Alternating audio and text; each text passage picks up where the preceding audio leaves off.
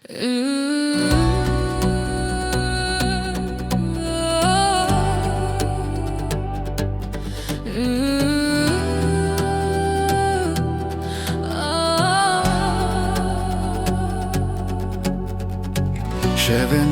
diçin ronîyên sibehê hatin Dilê me bevîna welatê xwe tijiye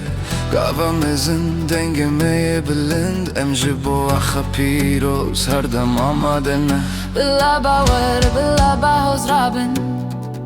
Emîna çiyan disekinin Nayên şikandin hêviyo bawerî disinga me dene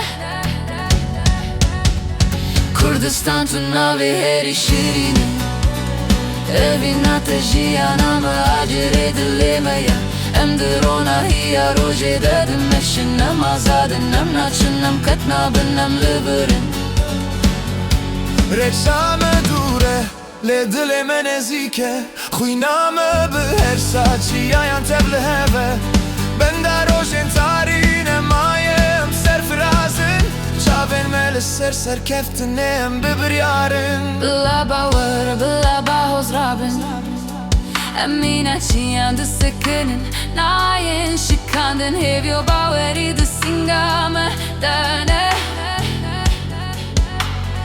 Kurdistan tu navê herî şîrînin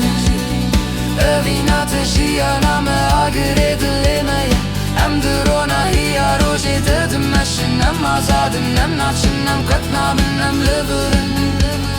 Kurdistan tu navê herî şîrînin Evîna te jiyana me agirê dilê me ye Em di Ronahiya rojê de dimeşin Em azadin, em naçin, em qet nabin, em li birin Ji bo evîna hevalan Ji bo kenê zarokan Em şer dikin, em stran dibêjin, em dijîn Rojê bideme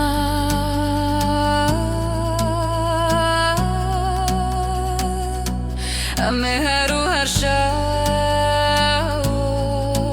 bitin Dengê Kurdi